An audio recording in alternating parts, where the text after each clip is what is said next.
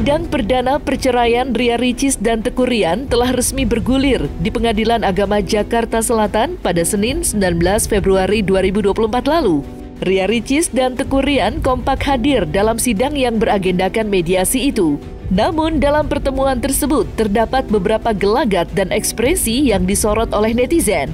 Seperti mata sembab Ria Ricis dan Teuku Ryan saat keluar dari sidang mediasi, hingga Ria Ricis yang tetap cium tangan kepada Ryan. Dan untuk mengetahui arti dari beberapa gelagat dan ekspresi yang ditampilkan Ria Ricis dan Teuku Ryan, dalam kesempatan ini, pakar ekspresi hingga psikolog akhirnya mengungkapkan secara gamblang dan detail mengenai hal tersebut. Maka inilah 5 arti gelagat Ria Ricis dan Teuku Ryan saat sidang perdana, versi Cumi Top 5. Gugatan cerai yang diajukan Ria Ricis terhadap Teuku Ryan di Pengadilan Agama Jakarta Selatan diketahui diajukan sejak 30 Januari 2024. Dan pada 19 Februari 2024, sidang perdana perceraian keduanya pun akhirnya dilangsungkan. Yang menarik perhatian saat memasuki ruang sidang, Ria Ricis tampak menunduk dan enggan mengeluarkan sepatah kata pun. Hal itu akhirnya tak sedikit membuat netizen penasaran mengenai arti ekspresi yang ditampilkan Ria Ricis. Untuk menjawab rasa penasaran tersebut, pakar ekspresi Girdi Putra akhirnya memaparkan ekspresi yang ditampilkan Ria Ricis. Misi.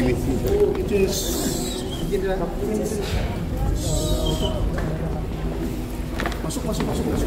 Buat saya ketika Ricis masuk ke ruang persidangan, ekspresi yang paling kelihatan itu ekspresi nervous ya. Iya, jadi lebih cenderung pada dia senyum beberapa kali, tapi itu senyum sopan, bukan senyum yang happy gitu, senyum nervous.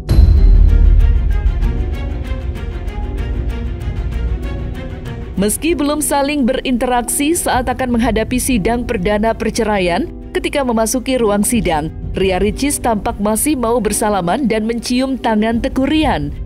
Sontak hal itu langsung menarik perhatian netizen. Bahkan tak sedikit netizen yang mendoakan agar mereka bisa rujuk kembali. Lantas seperti apa pakar ekspresi membaca arti salaman Ria Ricis kepada Teuku Ryan?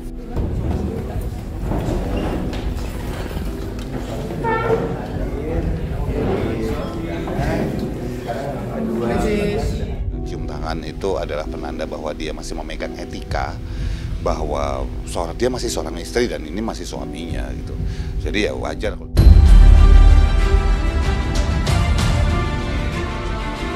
Dalam proses mediasi yang berlangsung selama hampir 2 jam, siapa sangka saat proses mediasi itu berlangsung, Ria Ricis dan Teuku Ryan sama-sama menangis. Seperti diketahui, di dalam ruang sidang, suami istri itu dihadapkan dengan seorang mediator untuk mencurahkan segala perasaan mereka terhadap satu sama lain.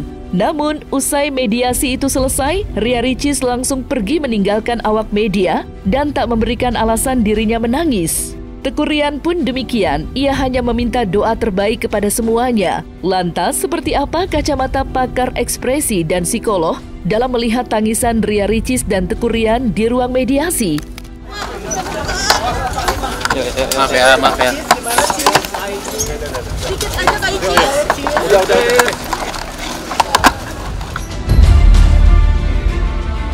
Bahwa dia bersedih ya, menyesal kita nggak tahu, kayaknya belum sampai di situ. Karena kalau kita bicara tentang alur untuk seseorang itu berduka, sedih, kehilangan sesuatu, itu ada 5 tahap. Secara hukum kita bicara frameworknya Kubler-Ross ya.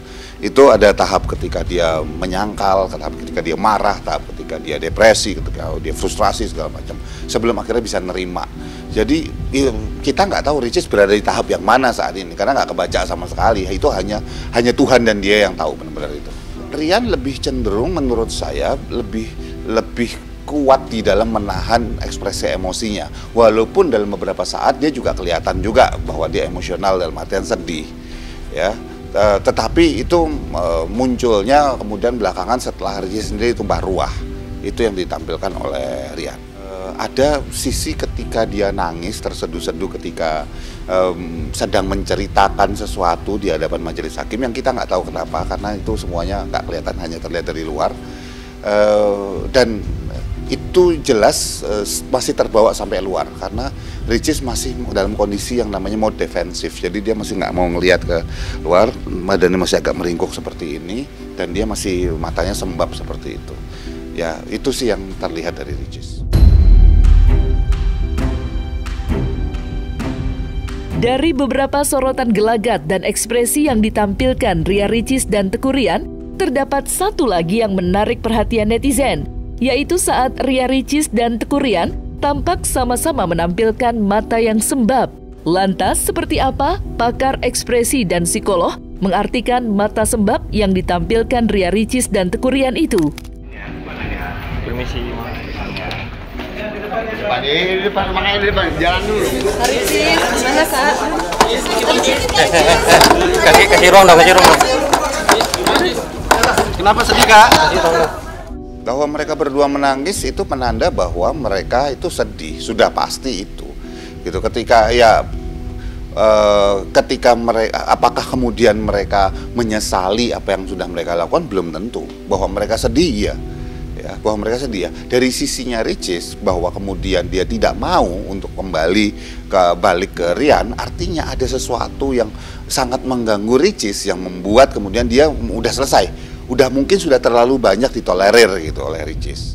Kita nggak bisa tahu bahwa mereka nyesal apa enggak, karena kita hanya bisa melihat bahwa mereka sedih. Apakah sedih karena menyesal? Mungkin. Sedih karena dia harus menghadapi sesuatu yang baru? Mungkin. Sedih karena berbagai macam hal, nanti akhirnya harus mengurus tentang siapa hak asuh anak, bisa jadi gitu. Terlalu dini untuk kita bisa menyimpulkan kenapa mereka sedih.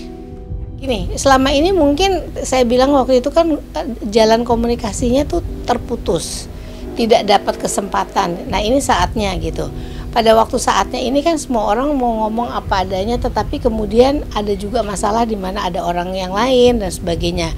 Sehingga ada rasa terharu, ada rasa apa dulu yang mau saya omongin gitu, tuh bisa juga seperti itu. Tetapi intinya adalah pada waktu dia sudah lama menginginkan komunikasi yang ada dari dua arah, dan ini baru kesempatan yang pertama, makanya mungkin semuanya jadi ingin tumplek jadi satu gitu.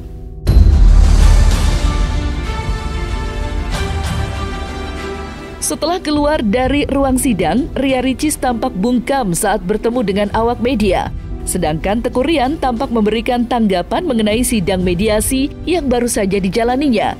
Dalam penuturannya, Teuku Ryan mengungkapkan bahwa dirinya tidak akan membalas Ria Ricis dengan mengumbar aib istrinya itu. Kuasa hukumnya pun menambahkan bahwa kliennya telah berusaha untuk mempertahankan rumah tangganya. Namun hal tersebut nyatanya berhasil menarik perhatian pakar ekspresi Girdi Putra, di mana ia justru mengungkap sesuatu yang mengejutkan mengenai teknik halus Teuku Ryan yang diduga sengaja ingin menggiring opini masyarakat agar terlihat seolah-olah Ria Ricis lah yang bersalah. Untuk mengetahui lebih dalam, maka inilah kacamata pakar ekspresi terhadap pernyataan Teuku Ryan. Ya, mohon doanya, dan intinya di sini saya sudah berusaha semaksimal mungkin untuk mempertahankan rumah tangga saya.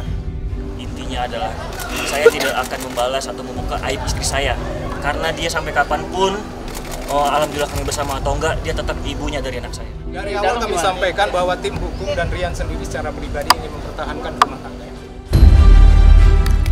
Buat saya, Ryan bagus ketika dia mengungkapkan bahwa dia itu nggak mau mengumbar apapun kesalahan-kesalahan yang terjadi. Itu bagus, itu patut diacungi jempol. Kalau tidak ada runtutan panjang berikutnya, kuasa hukumnya menyebutkan bahwa yang penting kita sudah membuka jalan untuk rujuk. Kalau tidak terbangun, tidak rujuk, tidak terjadi sesuatu, ya berarti bukan dari kami gitu. Kalau kita sadar, ini teknik halus untuk menggiring opini bahwa yang salah Ricis. Itu jahat loh teknik ini menurut saya. Kenapa? Teknik ini dikuasai oleh orang yang ngerti komunikasi. Jadi kalau misalnya kita perhatikan, seolah-olah Ryan bersih. Yang ngomong pengacaranya, kuasa hukumnya. Jadi kalau misalnya kata-kata ini nggak ada, kuasa hukumnya udah bagus Ryan. Tapi kan nggak mungkin kuasa hukum ngomong tanpa sepersetujuan dari Ryan-nya. Jadi buat saya malah bertanya, gara-gara ini saya jadi bertanya, sebetulnya ada apa nih? Ryan sebetulnya berbuat apa sih? sehingga dia perlu tanda petik menggiring opini bahwa terjadinya rujuk segala macam itu salah nih kalau misalnya nggak rujuk, dan yang salah adalah dia. Seolah-olah rujuk itu adalah jalan satu-satunya untuk baiknya sebuah hubungan. Enggak. Rujuk atau nggak rujuk, hubungan itu ada yang sepisah malah bagus, ada yang rujuk malah bagus, dan kita nggak tahu kasusnya. Jadi buat saya malah bertanya-tanya pada Rian kalau saya gitu, apa yang dia perbuat ya kira-kira sehingga Ricis sedemikian murkanya misalnya atau sedihnya sehingga dia perlu untuk kemudian melepaskan semuanya dan nggak mau, udah menutup kemungkinan jalan untuk rujuk dan harus digiring opininya oleh pihak Rian. Kira-kira apa yang terjadi?